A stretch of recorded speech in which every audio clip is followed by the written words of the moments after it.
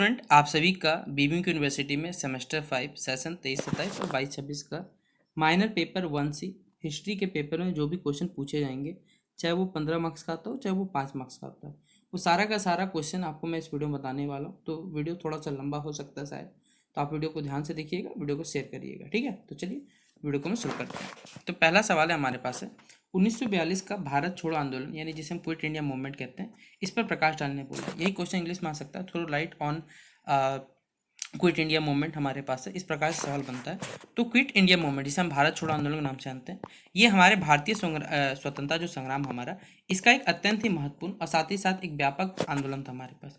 यह आंदोलन अगर कहा जाए तो अगस्त 1942 में शुरू हुआ था, जो कि भारतीय राष्ट्रीय कांग्रेस, ठीक है, इसके नेतृत्व में शुरू किया गया था। इसका मुख्य उद्देश्य यही था कि अंग्रेजों को भारत छोड़ने के लिए बेसिकली बाध्य करना कि अंग्रेजों यहाँ से निकलो, अब हमारे देश में बहुत तुम्हारा काल खत्म हो चुका है, ठीक है। द्वितीय विश्व युद्ध के दौरान ये सेकेंड वर्ल्ड वॉर जब ऐसे चल रहा था, तो अंग्रेजों ने क्या किया, भारतीयों की सहमति के बिना भारत को युद्ध में शामिल कर लिया था। मतलब हमारे से परमिशन भी दिया गया था और हमें सेकेंड वर्ल्ड वॉर का पार्ट बना दिया गया था। साथ ही साथ आपको मालूम होगा कि मिशन नाम सुना हो, क्रिप्स मिशन। इसकी असफलता से भारतीयों में बेसिकली कहते हैं बहुत भारी निराशा थी और एक असंतोष जो है वो फैल चुका था। ऐसी परिस्थिति में महात्मा गांधी जी ने अंग्रेजों के विरुद्ध एक निर्णायक संघर्ष का आह्वान किया और सभी को बेसिकली आह्वान किया। जैसे 8 अगस्त 1942 को उन्होंने क्या किया, बम्बई के ग्वालियर टैंक मैदान में कांग्रेस अधिवेशन गांधी जी ने कहा, करो या मरो, ये जो नारा है वो गांधी जी ने दिया। अब आंदोलन शुरू होते ही क्या हुआ, अंग्रेजी सरकार ने बेसिकली उनका जो नीति है, कठोर दमन नीति, वो अपनाई। महात्मा गांधी, जवाहरलाल नेहरू, सरदार वल्लभ भाई पटेल, बहुत सारे ऐसे राष्ट्रीय नेताओं को गिरफ्तार कर लिया गया। इसके बावजूद ये जो आंदोलन है वो पूरे देश में फैल गया। छात्र हो, किसान हो, मजदूर, महिलाओं ने बढ़ चढ़कर इस आंदोलन में भाग लिया और कई स्थानों पर जो बेसिकली जो रेल लाइनें हैं बेसिकली उसको काट दी गई। डाक तार जो पहले शुरू होता मतलब चलता था वो सेवा बाधित हो गई, तो सरकारी कार्यालय है बेसिकली उनका बहिष्कार कर दिया गया। हालांकि अंग्रेजों ने क्या किया, बल का प्रयोग किया, अंग्रेजों इस क्या था अभियान को दबाने का भी प्रयास भी किया। फिर भी इसका प्रभाव इतना व्यापक था कि इस आंदोलन ने क्या किया, स्पष्ट कर दिया कि अब हमारे भारत की जो जनता है वो अंग्रेजी शासन को स्वीकार करने के लिए तैयार नहीं थी। भारत छोड़ो आंदोलन ने स्वतंत्रता प्राप्ति की प्रक्रिया को और तेज किया और अंग्रेजों को यह समझ में आ चुका था कि भारत पर लंबा समय तक तो शासन का इम्पॉसिबल है। इस प्रकार ये भारत 1942 का जो भारत छोड़ो आंदोलन है, ये हमारे भारतीय स्वतंत्रता संग्राम का एक अंतिम महान जन आंदोलन था, जिसने भारतीय को, जिसने भारत की आज़ादी का जो मार्ग है यानी जो रास्ता है वो प्रशस्त कर दिया था हमारे पास। तो ये क्वेश्चन आपका पेपर में आएगा 1942 का भारत छोड़ो आंदोलन, जो आपको इस प्रकार लिखना पड़ेगा, ठीक है। अब अगला क्वेश्चन आ सकता है क्रिप्स मिशन। जैसे हमने बताया क्रिप्स मिशन की जो आलोचनात्मक विवेचना आपको करनी है, ठीक है, और साथ ही साथ इसकी जो असफलता थी, क्या इसके असफलता कारण थे, इनके बारे में भी आपको बताना होगा, ठीक है। तो चलिए बताते हैं। क्रिप्स मिशन भारत के स्वतंत्रता आंदोलन के दौरान ब्रिटिश सरकार द्वारा बेसिकली एक भेजा गया बहुत ही इंपॉर्टेंट मिशन, जिसका नाम था क्रिप्स मिशन। सेकेंड जो वर्ल्ड वॉर था यानी द्वितीय विश्व युद्ध का, ब्रिटेन को भारत के सहयोग की आवश्यकता थी, इसलिए उन्होंने क्या किया, 1942 में बेसिकली एक आदमी भेजा, इसका नाम था स्टेफर्ड क्रिप्स। उसमें भारत को भेजा गया। उसका उद्देश्य यही था कि हमारे भारत के देखिए जितने नेता, उनको संतुष्ट किया जा सके, उनको मनाया जा सके और युद्ध में बेसिकली उन सभी नेताओं का सहयोग प्राप्त किया जाए। क्रिप्स मिशन के प्रस्तावों में युद्ध के बाद बेसिकली भारत को एक डोमिनियन स्टेटस देना था, ठीक है।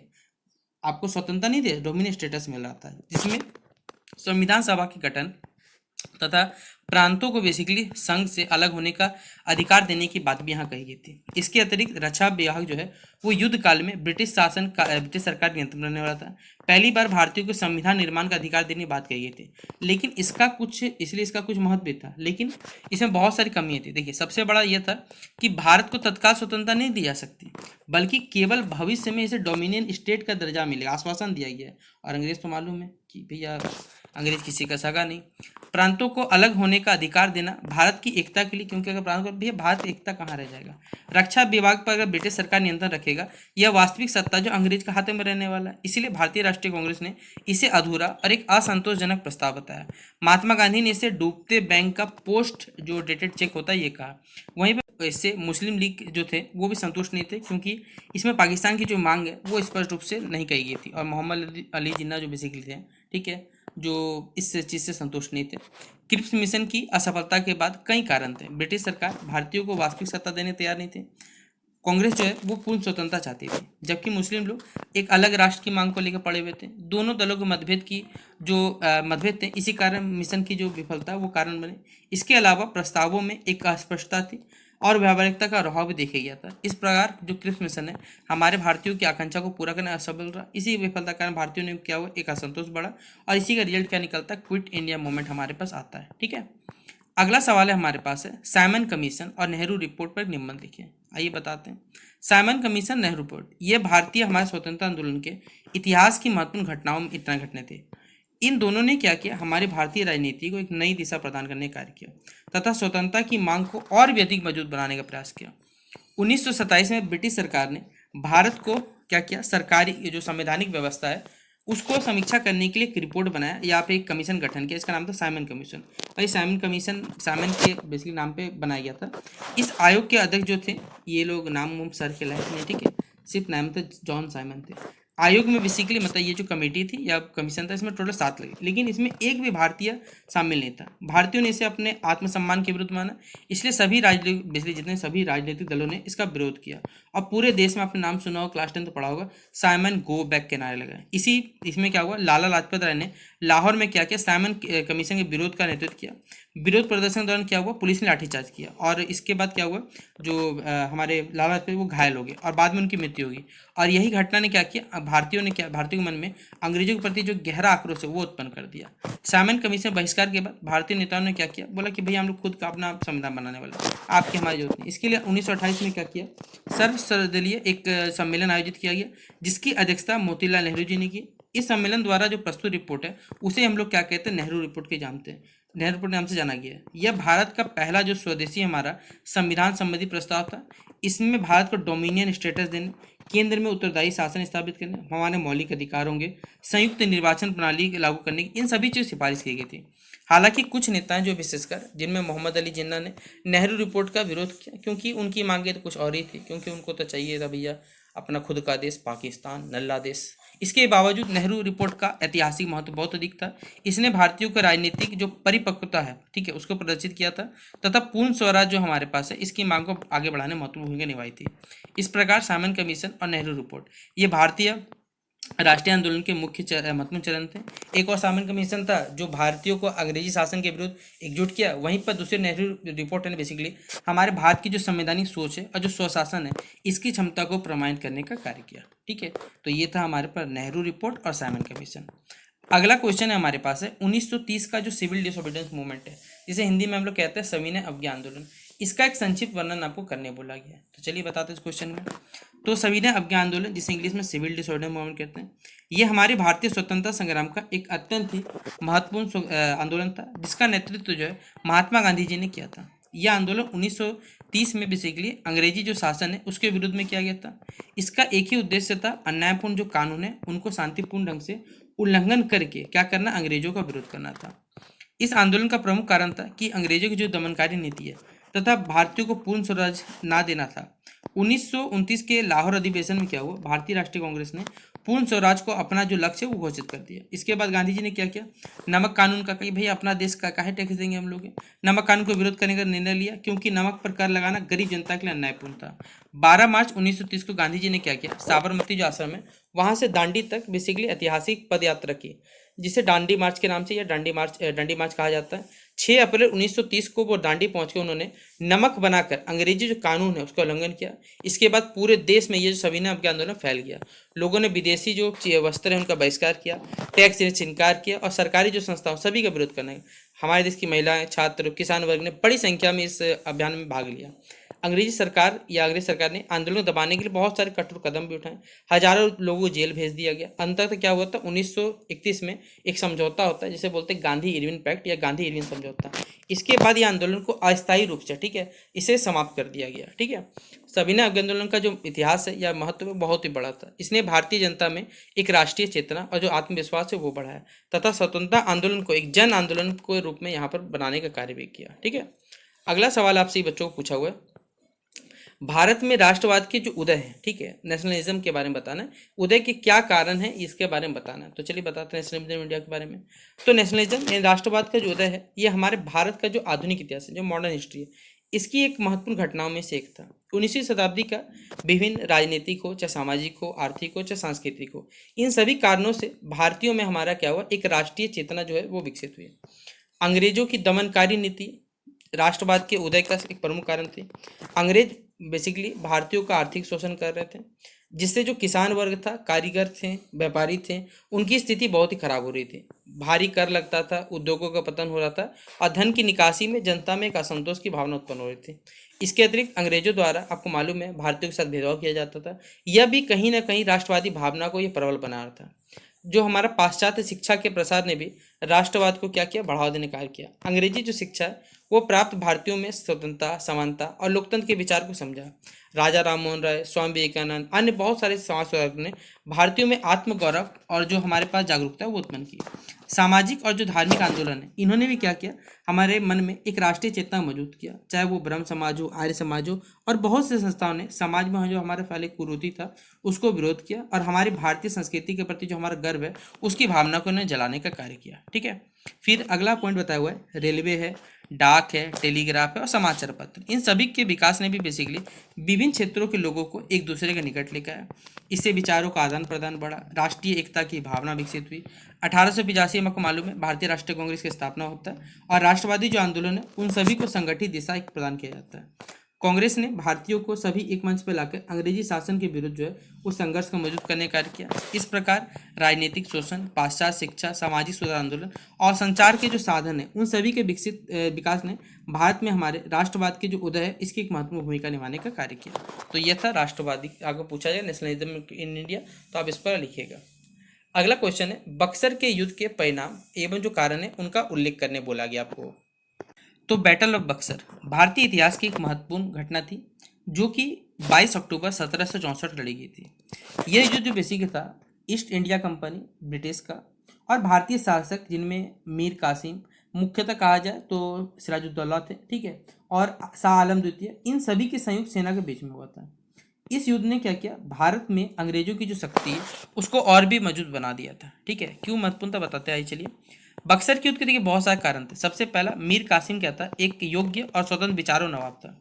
वो अंग्रेजों के बढ़ते हस्तक्षेप और उनकी जो व्यापारिक विशेष अधिकार है उससे एक असंतुष्ट था। अंग्रेज बिना कर दिए व्यापार करते थे जिससे बंगाल की जो आर्थिक स्थिति थी वो कमजोर हुई थी। मीर कासिम ने क्या किया, इसे प्रशासनिक सुधार किए और अंग्रेजों के समान सभी व्यापारियों को यहाँ पर कर मुक्त व्यापार करने की अनुमति दी। इससे क्या, अंग्रेज नाराज हो गया, दोनों के बीच संघर्ष बढ़ते हुआ और अंततः क्या हुआ, मीर कासिम ने अवध के जो नवाब है सुजाउद्दौला तथा मुगल सम्राट उस समय चलते थे शाह आलम द्वितीय, उन दोनों के साथ मिलकर क्या किया, अंग्रेजों के विरुद्ध यहाँ पर युद्ध किया। इस युद्ध में अंग्रेजों की तो विजय हुई लेकिन मीर कासिम पराजित होकर भाग गया और अंग्रेजों का प्रभाव उसमें बंगाल, बिहार, उड़ीसा सभी मौजूद हो गया। 1765 में क्या होता है, संधि होता है, इसे बोलते हैं इलाहाबाद की संधि। इलाहाबाद संधि के द्वारा मुगल सम्राटों ने क्या किया, अंग्रेजों को बंगाल, बिहार, उड़ीसा की दीवानी जो है वो प्रदान कर दी। अब तो क्या था, अंग्रेजों लोग का मौज था, इससे कंपनी को राजस्व वसूलने का अधिकार मिल गया। बक्सर का युद्ध पलासी के युद्ध से भी और भी महत्वपूर्ण माना जाता है क्योंकि इसके बाद ही अंग्रेजों की राजनीतिक और जो आर्थिक स्थिति है या शक्ति है वो पूरी तरह स्थापित होगी और भारत में जो ब्रिटिश शासन है इसकी जो नींव है और भी यहाँ पर साथ में मौजूद हो गई थी। ठीक है। फिर अगला क्वेश्चन हमारे पास है, असहयोग आंदोलन के कारणों का यहाँ वर्णन करने बोला गया। क्या कारण था असहयोग आंदोलन के कारण? तो नॉन कॉपरेशन मूवमेंट, जिसे हिंदी में असहयोग आंदोलन कहते हैं, यह भारतीय स्वतंत्रता संग्राम का एक महत्वपूर्ण आंदोलन था जिसका नेतृत्व महात्मा गांधी जी ने किया था। यह आंदोलन 1920 में शुरू हुआ। इसके पीछे कई राजनीतिक, सामाजिक और आर्थिक कारण थे। जो फर्स्ट वर्ल्ड वॉर खत्म हुआ तो भारतीयों को आशा थी कि अंग्रेज सरकार उन्हें उनके अधिकार देगी और स्वशासन देके चली जाएगी, लेकिन ऐसा तो हुआ नहीं। इसके विपरीत अंग्रेजों ने क्या किया, दमनकारी नीति अपनाई। जैसे 1919 में रॉलेट एक्ट, जो बिना मुकदमे के आपको सीधा गिरफ्तार कर दिया जाता था, जिससे पूरे देश में असंतोष की भावना पैदा। उसके बाद जलियांवाला बाग मैसेकर, जो हमारे देश के इतिहास में एक बहुत बड़ी दुखद घटना थी, जिसका जनरल था डायर। ठीक है, डायर नहीं, इसे गद्दार बोलना चाहिए, ठीक है ना, जिसने हमारे देश के लोगों पर, यहाँ पर 79 लोगों पर गोली चला दी। इस घटना ने भारतीयों को बहुत गहराई से आक्रोशित कर दिया और ये घटना कहीं ना इन लोगों के प्रति हमारे मन में घृणा भी पैदा कर दी कि कैसे ये, मतलब क्या बोला जाए इन लोग को। इसके बाद जो खिलाफत आंदोलन चल रहा था, इसने भी असहयोग आंदोलन का एक प्रमुख कारण बना। मुसलमान तुर्की के खलीफा के समर्थन में आंदोलन कर रहे थे और गांधी जी ने क्या किया, हिंदू मुस्लिम को एकता करने के लिए इसका समर्थन कर दिया। अंग्रेजों की जो आर्थिक नीतियों के कारण किसान वर्ग है, मजदूर है, मध्यम वर्ग है, इनकी स्थिति भी खराब हो गई थी। बढ़ता जो कर था, महंगाई था, बेरोजगारी ने जनता में एक असंतोष फैल गया था। इन सभी परिस्थितियों ने क्या किया, भारतीय जनता को बेसिकली अंग्रेजी शासन के विरुद्ध संगठित किया। गांधी जी ने सत्य और अहिंसा के सिद्धांत पर असहयोग आंदोलन शुरू कर दिया, जिसने लोगों ने क्या किया, जितने सरकारी संस्था थी, विदेशी वस्त्र थे और उपाधि था, उन सभी को बहिष्कार करने का उन्होंने आह्वान किया था। इसके बाद हमारे पास और यही कुछ कारण थे जो बेसिकली हमारे पास जो असहयोग आंदोलन था उसके कारणों का यहाँ पर बेसिकली हमारा वर्णन था। ठीक है, कि क्या कारण थे असहयोग आंदोलन के होने के हमारे पास। ठीक है, अगला सवाल है हमारे पास है, वो है 1857 का विद्रोह के रूप की यहाँ पे विद्रोह के स्वरूप की विवेचना करनी। हमारे इतिहास का एक बहुत महत्वपूर्ण युद्ध जिसे हम लोग कहते हैं प्रथम स्वतंत्रता संग्राम 1857 का। इसके स्वरूप को लेकर इतिहासकारों में बहुत मतभेद है। कुछ इतिहासकार केवल सैनिक विद्रोह मानते हैं, जबकि इसे भारत का हम तो भाई मैं तो मेरा जो पक्ष है वो भारत का प्रथम स्वतंत्रता संग्राम है। और इसका बहुआयामी देखिए परिदृश्य है। विद्रोह की शुरुआत अंग्रेजी सेना के भारतीय सैनिकों द्वारा की गई थी। आपको मालूम है एक नया राइफल लाया था, नी इनफील्ड राइफल, जिसको कारतूसों में गाय और सुअर की चर्बी होने की खबर सैनिकों में असंतोष फैल गया था। यहाँ पर क्या हुआ, मेरठ में यह बेसिकली आंदोलन शुरू हुआ, इसलिए इसका नाम सैनिक विद्रोह भी कहा जाता है। लेकिन धीरे धीरे यह आंदोलन और भी व्यापक होने चला हमारे पास, जहाँ पर किसान, जमींदार, शासक, आम जनता ने भी अंग्रेजों के विरुद्ध संघर्ष किया और विद्रोह का नेता घोषित यहाँ पर को भी विद्रोह घोषित कर दिया गया। और जैसे जैसे नेताओं ने विभिन्न क्षेत्रों में अंग्रेजों के विरोध किया, स्पष्ट होता चला गया कि ये केवल सैनिक असंतोष नहीं था, बल्कि राजनीतिक और सामाजिक असंतोष का परिणाम था। इस विद्रोह में राष्ट्रीय चेतना की भावना भी हमें देखने को मिली। लोगों का उद्देश्य यहाँ पर अंग्रेजी शासन समाप्त करना था। हालांकि उस समय जो आधुनिक जो हमारा राष्ट्रवाद है वो विकसित नहीं हुआ था, फिर भी अंग्रेजी शासन के विरुद्ध जो जनता है वो एक साथ हमें देखने को मिली थी। ठीक है, इस प्रकार 1857 का जो विद्रोह है सैनिक, राजनीतिक सभी के रूप से एक व्यापक आंदोलन था, इसलिए इसे भारतीय स्वतंत्रता संग्राम का एक बहुत ही महत्वपूर्ण हमारे पास अभियान माना जाता है। ठीक है, फिर अगला क्वेश्चन है प्लासी का युद्ध, बैटल ऑफ प्लासी। इसके क्या कारण थे, परिणाम क्या थे, महत्व क्या था, बताइए। बैटल ऑफ प्लासी ये भारतीय इतिहास की एक महत्वपूर्ण घटना थी जो 23 जून 1757 को बंगाल के नवाब उस टाइम थे सिराजुद्दौला और ईस्ट इंडिया कंपनी के बीच में लड़ी गई। इस युद्ध ने भारत में अंग्रेजी सत्ता की स्थापना का जो मार्ग है वो प्रशस्त किया। इसके बहुत सारे कारण थे, जिनमें अंग्रेज जो है बंगाल में अपने व्यापारिक अधिकार का दुरुपयोग करते थे तथा बिना अनुमति के किलाबंदी कर देते थे। सिराजुद्दौला ने इसका विरोध किया क्योंकि बंगाल की संप्रभुता को इससे खतरा था। अंग्रेजों ने क्या किया, नवाब के दरबार में ही षड्यंत्र रच के उनके जो सेनापति थे उस टाइम मीर जाफर, उसको अपने पक्ष में कर लिया और अन्य संतुष्ट अधिकारी को अपने पक्ष में कर लिया। नवाब और अंग्रेज के बीच में तनाव लगातार बढ़ता चला गया, जिसके परिणाम क्या हुआ, जो बैटल ऑफ प्लासी वो हमारे पास कंडक्ट हुआ। युद्ध में मीर जाफर की जो विश्वासघात पूर्ण नीति कारण सिराजुद्दौला हार हुए और इसके बाद मीर जाफर को बंगाल का नवाब बना दिया गया। लेकिन वास्तविक जो शक्ति है वो अंग्रेजों के हाथ में चली गई। अंग्रेजों को बंगाल की अपार धन संपत्ति प्राप्त हुई, जिससे उनकी आर्थिक स्थिति मौजूद होगी।